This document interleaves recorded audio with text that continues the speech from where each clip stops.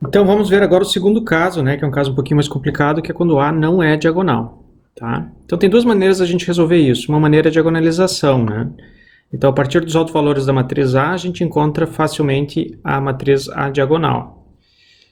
Depois, para a gente encontrar E na AT, a gente faz uma transformação de similaridade, de volta nesse caso, né?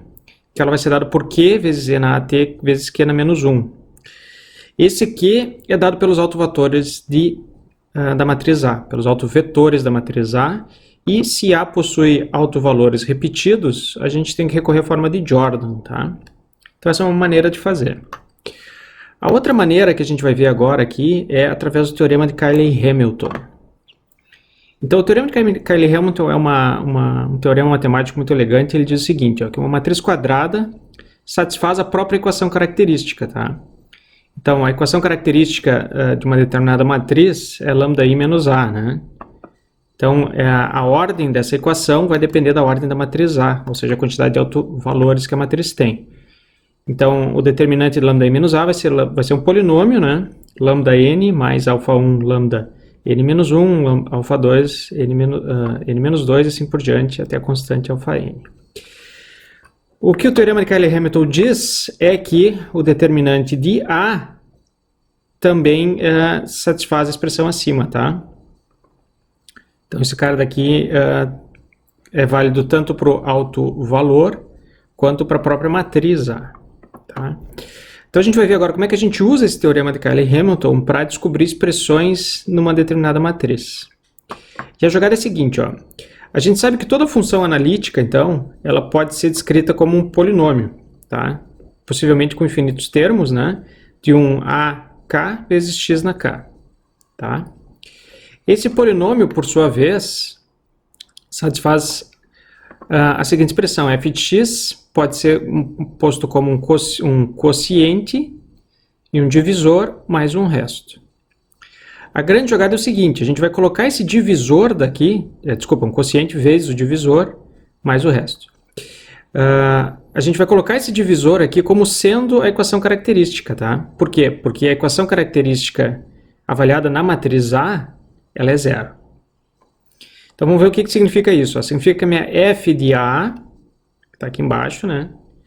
Ela vai ser um quociente, que nos interessa, vezes esse divisor que vai ser zero, mais o resto, tá? Quando a gente substitui o quociente pela matriz A, pelo determinante, né? Isso aqui se torna zero.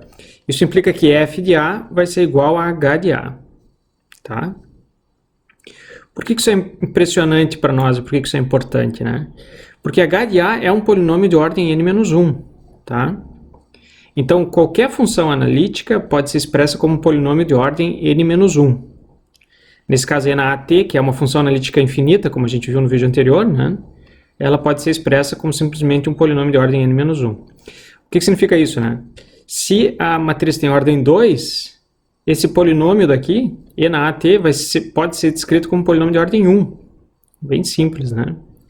Além disso, a gente sabe também que o mesmo é válido para os autovalores de lambda.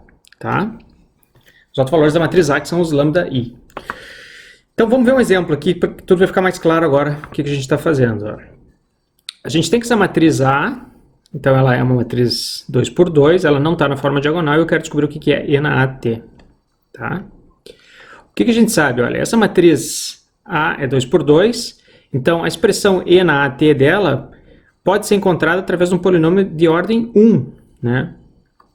Porque ela é uma matriz de ordem 2, então o polinômio vai ser de ordem 1.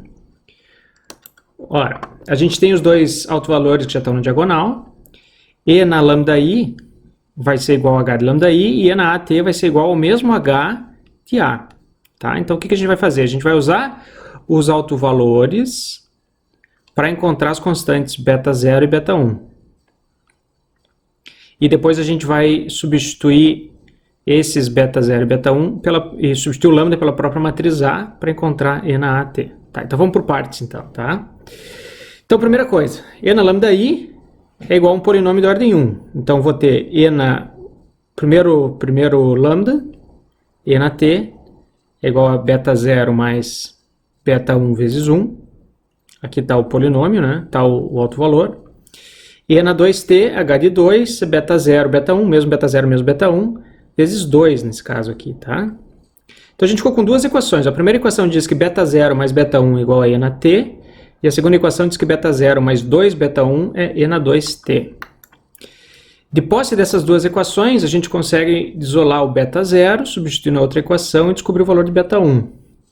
Então a gente tem aqui um valor para beta 1 e a gente tem aqui um valor para beta 0. Tá? Isso implica que e na lambda t, que é igual a um polinômio de ordem menor, é 2e na t menos e na 2t. Isso aqui o que é? O nosso beta 0, mais lambda e na 2t menos e na t, que é o beta 1. Isso funciona tanto para os autovalores quanto para a própria matriz A. Olha que barbado encontrar a matriz e na AT agora. Ó. Vai ser a identidade que multiplica beta 0, mais a própria matriz A que multiplica beta 1. Tá? Então, resolvendo aquela equação, a gente chega a uma expressão bem simples. E na AT está dada por isso daqui.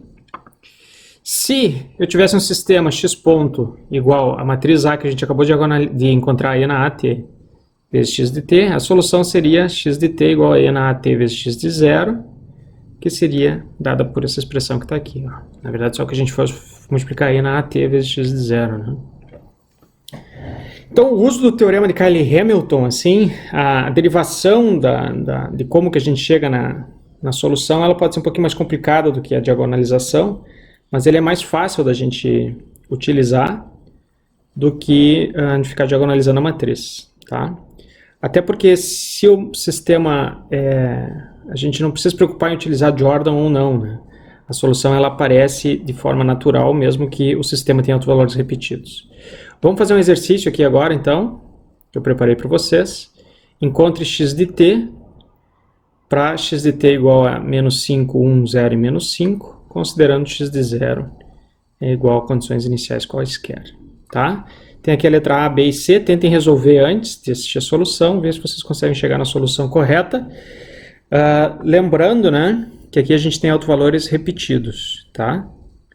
Então, para resolver as expressões, para encontrar o beta 0 e o beta 1, pode ser que seja necessário derivar as equações, essa é a dica que eu estou dando. Vamos tentar fazer isso, depois a gente corrige.